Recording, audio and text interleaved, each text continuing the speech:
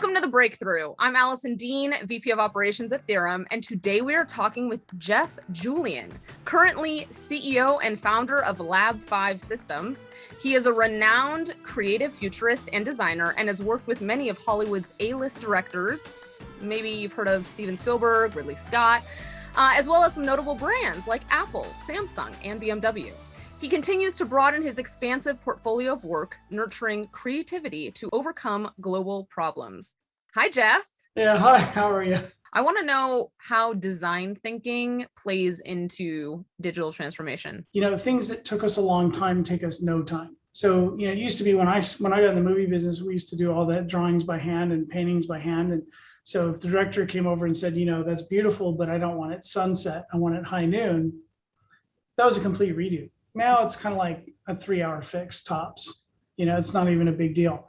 But then there'll be other questions that fill that space. The promise of technology, if you go back to old sci-fi 30s, 40s, was this is going to, from robots to flying cars to all these kind of autonomous things, they're going to free you up so you have this more utopian free lifestyle. It's done the exact opposite. It just means you can get that much more done in a day, and the expectations have gone up exponentially. I got more time to design a city for the movie Minority Report than I'm getting to design real cities in real countries. And you're like, hey, this was an expensive movie. I think 99, 2000, it was like, $150 million, big Spielberg movie. Right. We're now talking about hundreds and hundreds and hundreds of billions of dollars. And they want this stuff done faster. And I'm like, oh my God, you're kidding me. I also want to ask what the most memorable project that you worked on was and why. Some projects were fun because I started something I didn't think I could do. The end of my first year there, I just felt like I didn't have a project that really felt that was challenging me and that was doing something that could be useful. Okay. I felt, and so I had this idea. I always kind of liked mechanical things as well as, and also medical devices, things like that. So I said, I'll design a prosthetic leg. One of the problems I found was there was no leg that you could walk on that you could also run on. Part of it has to do with the amount of pressure you put on your foot. So if you weigh 150 pounds, you put about 350 pounds per square inch on your foot when you walk. Mm-hmm. When you run, it's 3,000 pounds per square inch. Wow. The same person. So something that's mechanical, that's soft enough to let you walk and have some flex, is too soft to run on.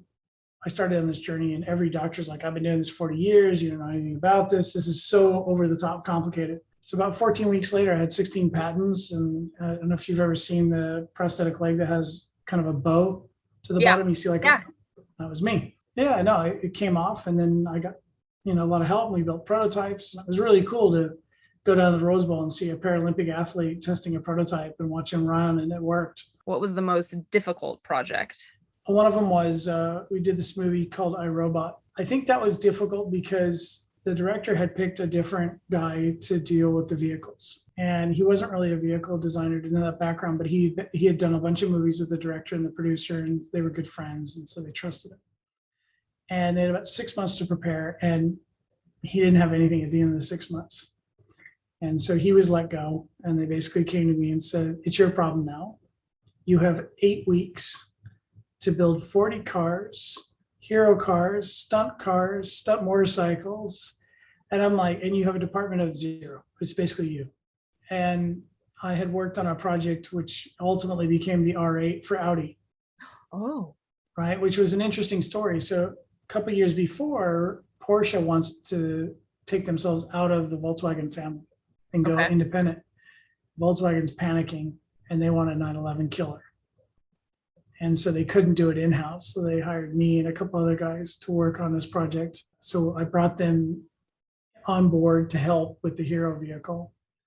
I spent the next 9 months, flying back and forth between Germany and then back. So every week I'd fly to Germany and then back to the US and then back to Canada. Cars are billion-dollar projects where even the most basic inexpensive car, the surfaces are beautiful and the reflections don't look, we call it waving back at you. And we had a guy helping me sculpt with a chainsaw in the middle of the night, just making cars out of foam. And And we pulled it off, but it was absolutely 8 weeks of terror and horror.